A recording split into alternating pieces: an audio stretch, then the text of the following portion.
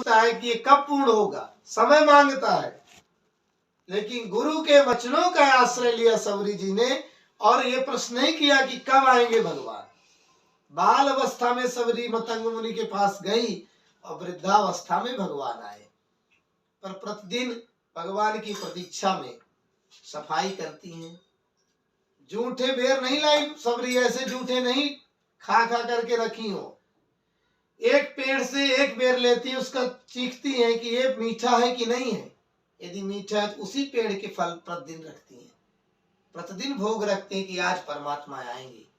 और समय बीता, गुरु की आज्ञा मानी, क्योंकि जो गुरु के वचन प्रतीत न जेहि, सपने हो सुलभ न सुख सिद्धते ही। जो व्यक्ति गुरु से दोष रखे और द्वेष के बाद सुख चाहे, असंभव है।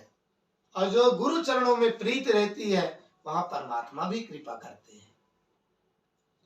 समय बीता, सबरी जी के यहाँ भगवान चल करके आए। मतंग मुनि जाने लगे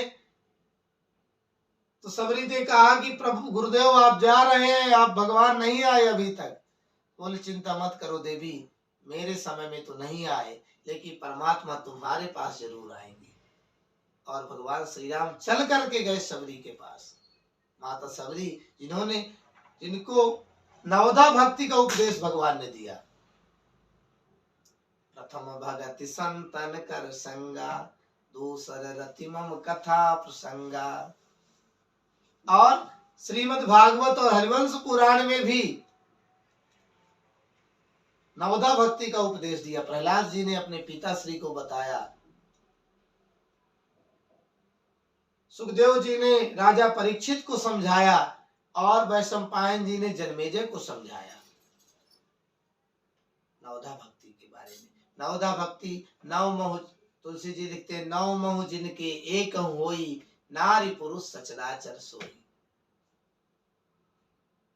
इस बार की कथा क्रम में क्रम बढ़ा, गुरु की सेवा, श्रवण संतों की सेवा, भक्ति को श्रवण करना, ये सारे क्रम जो नवधा के बताए गए हैं, वो मनुष्य यदि एक भी धर्म का पालन करता है, उसके सारे बंधन से मुक्त हो जाता है।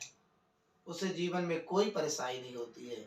जो सबरी जी जैसे कौन सा वेद पढ़ी थी, कौन सा पुराण पढ़ी थी, लेकिन मन में श्रद्धा हो, विश्वास हो, क्योंकि भगवान श्रद्धा और विश्वास के रूप में पाए जाते हैं। एक भी कथा, एक ही अक्षर यदि हमारे कानों में जाए